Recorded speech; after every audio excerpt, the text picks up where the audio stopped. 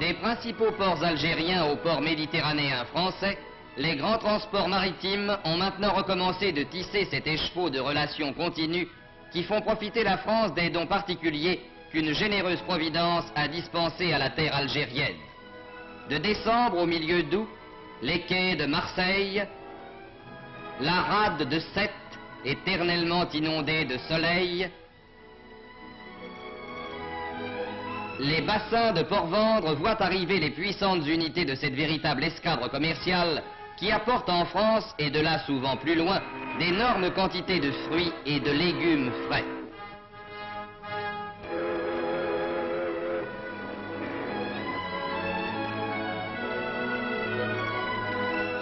Ce sont de beaux navires dont les noms parlent de ciel bleu, de soleil, de terre riche, de paysages variés, différents de ceux de l'Europe.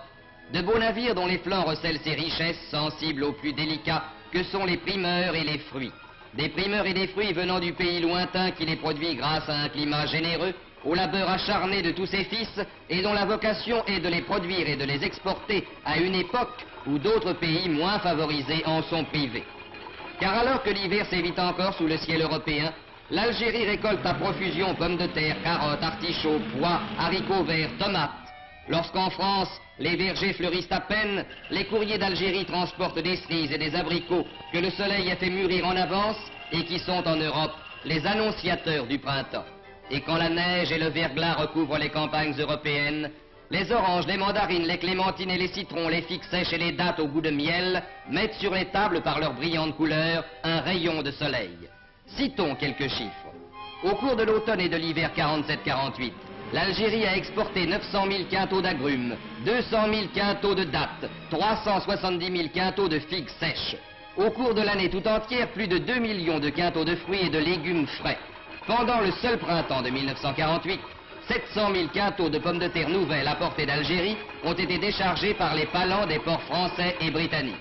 À point important s'il en est, apporté au ravitaillement des populations privées à ces époques de légumes et de fruits.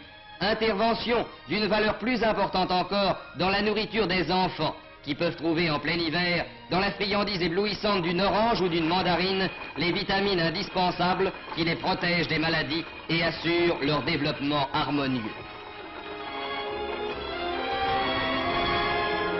Mais au temps où nous vivons, le courrier maritime n'est qu'un lent marcheur lourdement chargé. L'avion possède d'autres mérites qui passent dans les mots rapidité, vitesse. Et dans l'air, les courriers d'Algérie tracent un autre réseau dont les fils s'étendent aujourd'hui jusqu'aux capitales du Nord.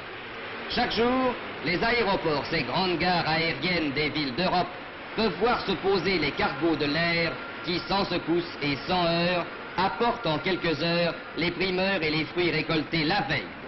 C'est que l'avion est le transporteur idéal des produits de qualité dont l'Algérie peut se targuer d'être la grande productrice. Les conditions de fraîcheur, de stabilité, de transport rapide et parfait sont par l'avion garanties.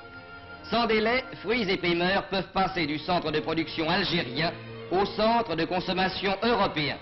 Et les tables d'outre-mer peuvent se couvrir, comme dans les légendes, de fruits et de primeurs qu'on vient de cueillir au jardin, bien que le jardin soit à plus de 2000 kilomètres.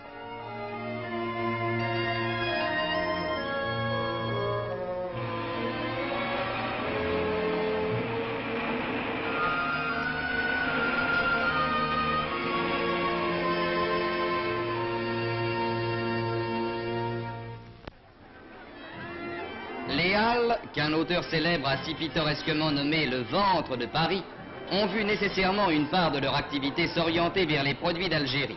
Paris mange beaucoup et Paris aime bien manger. C'est pourquoi on y voit apparaître l'apport, chaque année plus important, des vergers et des cultures algériennes.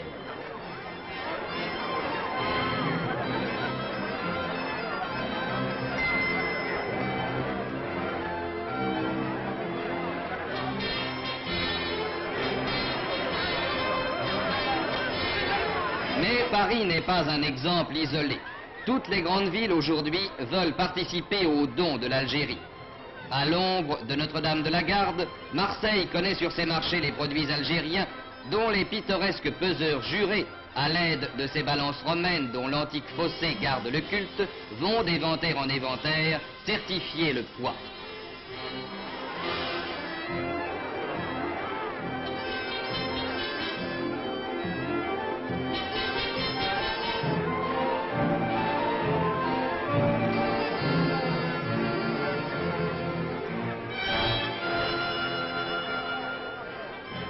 l'ombre de l'église de Fourvière, Lyon aussi voit se répandre sur ses marchés aristocratiques ou populaires les plantureuses richesses de la terre algérienne.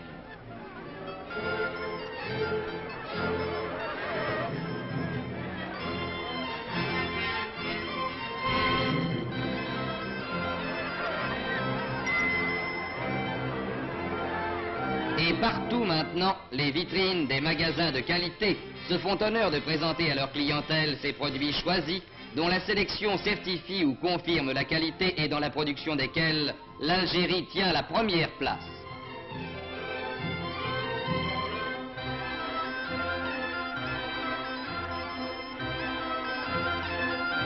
À ces détails riches de couleurs qui ajoutent au spectacle de la rue dans les grandes villes, s'en ajoutent d'autres plus familiers et plus sensibles. Le don de l'Algérie, c'est aussi cette scène classique des jardins publics. C'est aussi cette orange dans une petite main, cette joie dans les yeux d'un enfant.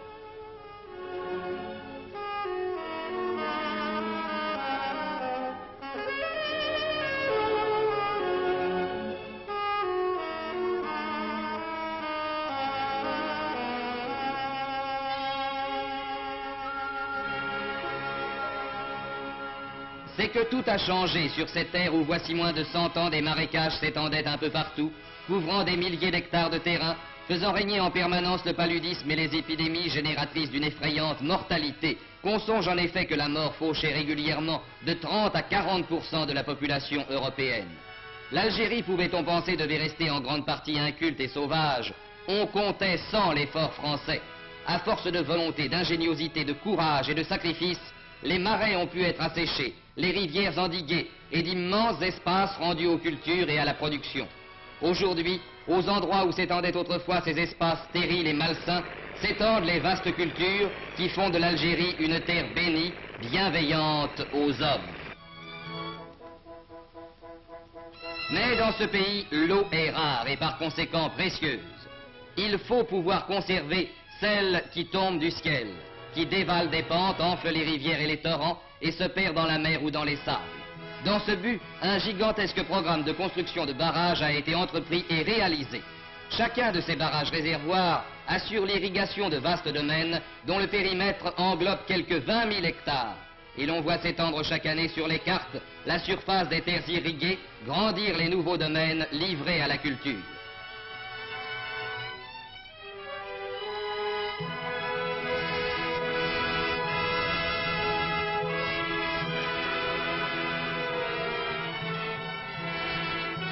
Derrière les constructions cyclopéennes de cet ensemble considérable, dont le modernisme et l'importance confèrent à l'Algérie l'une des premières places dans le domaine de l'équipement hydraulique, l'eau des torrents peut s'accumuler pendant la saison des pluies pour être réservée et employée à bon escient au temps de la sécheresse. Un système étendu de conduites de toute taille, allant du large canal à la simple rigole d'irrigation, s'étend et se diversifie dans le périmètre d'action du barrage pour assurer la fertilité des terres. Ainsi, dans ces plaines fertiles, dans ces vignes immenses, l'Algérie recueille-t-elle aujourd'hui les fruits des efforts prodigieux de tous ses fils, venus de la métropole ou nés dans ce pays, qui communient dans le labeur fécond et l'activité créatrice. Mais à côté de ces immenses domaines, voués à des productions de base, l'Algérie devait bientôt s'apercevoir que son sol lui assurait d'autres gages de succès. Sa fertilité et les particularités du climat lui promettaient d'autres destins que ceux d'une Beauce ou d'un Languedoc, terre vouée aux cultures industrielles du blé ou de la vigne. L'Algérie, elle, pouvait se diriger vers la qualité. Et la vendange n'est pas seulement ici la cueillette brutale des grains destinés au pressoir, mais le ramassage plus délicat des chasselas qui peuvent rivaliser avec ceux des treilles les plus célèbres.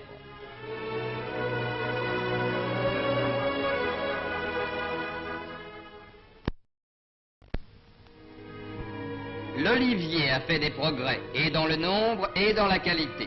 Car l'olive n'est pas seulement la pulpe qui produit l'huile la plus parfaite et la plus parfumée, mais aussi le fruit qu'on trouvera au début du repas sur les tables bien servies et qui activera l'appétit.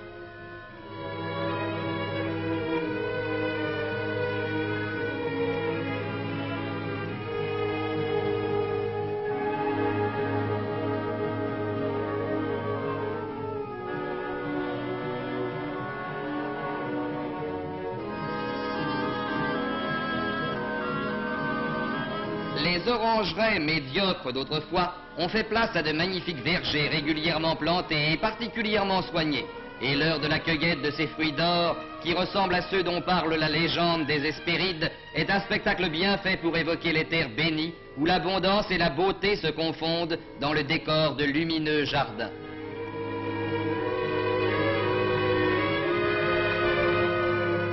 Belle et généreuse terre d'Algérie, qui présente toute une gamme de fruits, depuis les grappes vermeilles ou rubicondes d'un nouveau canam et les oranges qui mettent leur tache d'or dans le feuillage vert des arbres qui les portent, jusqu'aux bibas ou nèfles du Japon, à la pulpe juteuse et parfumée, fille du soleil importée de l'Extrême-Orient.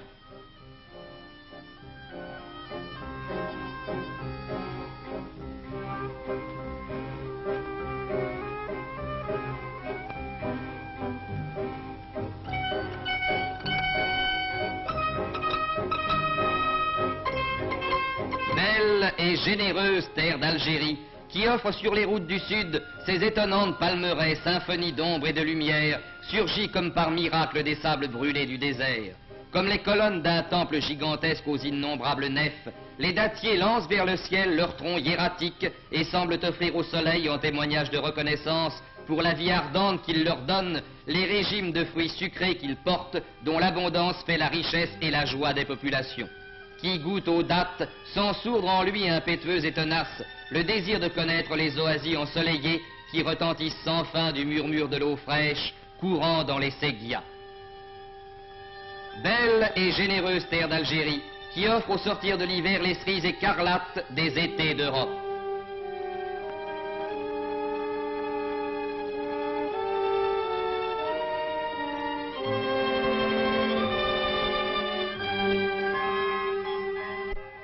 Belle et généreuse terre d'Algérie. Elle a créé dans ces 40 dernières années un jardin magnifique auquel la vieille Europe fait appel pour pouvoir consommer des produits de choix. Ces plantations d'artichauts rivalisent avec celles de Bretagne et de Provence et en dépassent la production en qualité. Ces plantations de tomates s'étalent sur de grandes superficies dans les plaines littorales et montrent leurs pieds chargés de fruits écarlates qui iront, après sélection et dans des emballages soignés, répondre à l'appel du consommateur.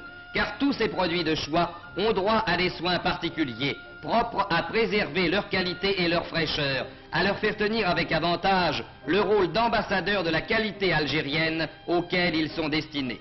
C'est pourquoi, et de plus en plus, s'est instauré en Algérie un vaste effort de sélection, de conditionnement et de présentation destiné à entourer de toutes les garanties désirables les produits qui doivent faire son renom et servir sa prospérité. Aussi, sont-ils traités avec soin, suivant des règles qui en fixent les standards, qui en exigent un tri soigneux, une présentation parfaite, dans des emballages judicieusement choisis pour chaque type de fruits ou de légumes. Ces opérations délicates sont poursuivies dans des ateliers bien équipés, dirigés par des gens avertis qui comprennent la grandeur de leur tâche et la nécessité impérieuse d'une belle présentation. Le fardage, cette plaie hideuse du commerce, a disparu en Algérie. Voici un atelier de conditionnement de dattes, qui permet de suivre les opérations auxquelles sont soumises les dattes d'Algérie, dont la plus belle qualité porte le nom radieux de Deglet Nour, qui se traduit en langue française par doigt de lumière.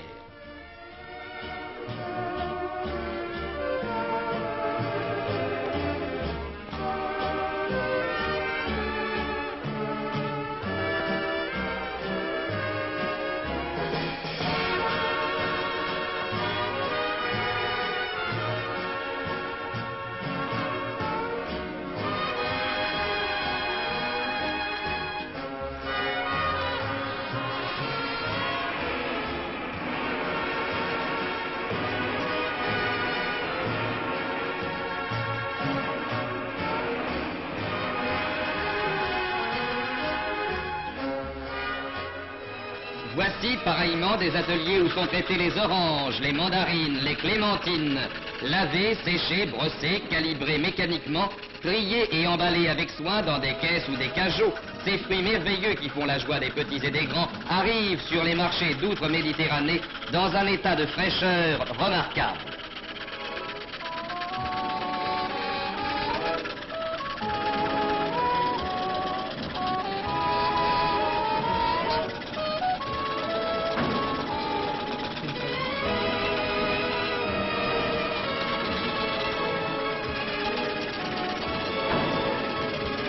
les autres fruits, nèfles, cerises, abricots, prunes, raisins, chasselas, sont traités avec les mêmes soins, avec, peut-on dire, le même amour, avec le désir ardent qu'ils arrivent à destination en parfait état pour la délectation du consommateur lointain auquel ils sont destinés.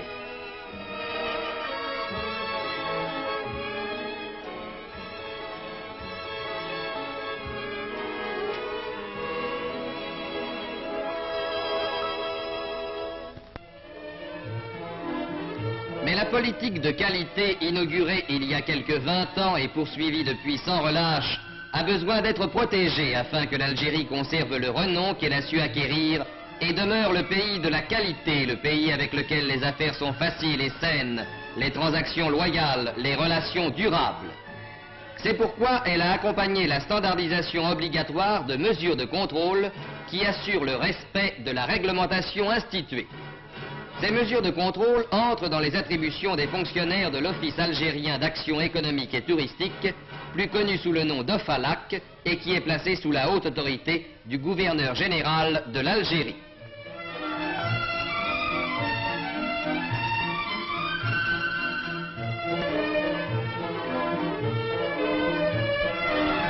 Dans chaque port algérien, de Nemours à Beaune, des contrôleurs de l'OFALAC vérifient la qualité, le conditionnement, la présentation des produits présentés à l'expédition et n'accordent l'autorisation de sortie qu'à ceux qui répondent rigoureusement aux standards établis.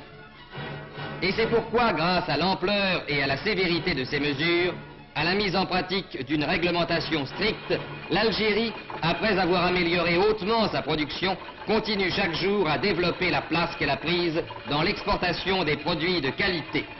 C'est pourquoi, qui consomme les fruits et les légumes d'Algérie qui partent chaque semaine par milliers de quintaux pour traverser la mer, ne peut discuter la valeur de l'aliment de choix qui lui est proposé. C'est pourquoi chaque consommateur a l'assurance d'acquérir un produit dont la qualité, la présentation, l'emballage ont été rigoureusement contrôlés.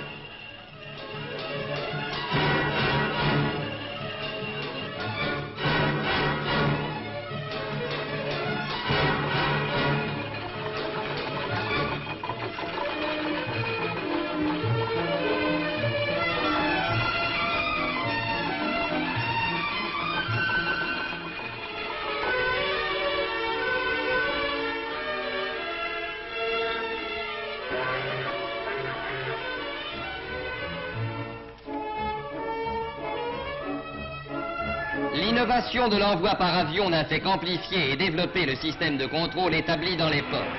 Chaque aérodrome, comme chaque port, a ses contrôleurs vigilants dont les sondages décident de l'arrêt d'une expédition entière. Risque énorme que ne peut courir qu'un expéditeur peu consciencieux. Risque énorme, toujours suspendu, qui garantit au consommateur lointain la qualité du produit qu'il achète et conserve à l'Algérie l'attachement de ses clients d'outre-mer.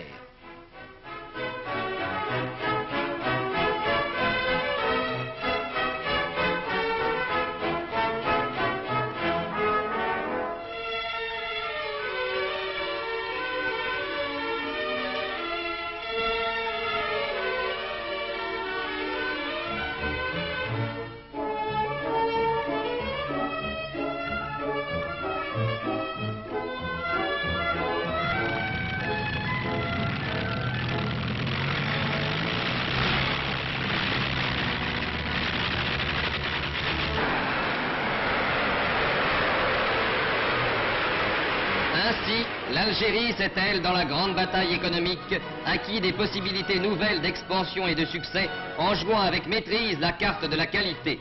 Et le plus bel éloge qu'elle convoite est celui qui se traduirait devant un beau fruit par une phrase toute simple et qui viendrait inconsciemment aux lèvres, une petite phrase toute simple qui serait « c'est un produit d'Algérie ». Cette petite phrase est en train de s'imposer parce que par la volonté et les efforts de tous ses fils, l'Algérie est vraiment devenue le pays de la qualité.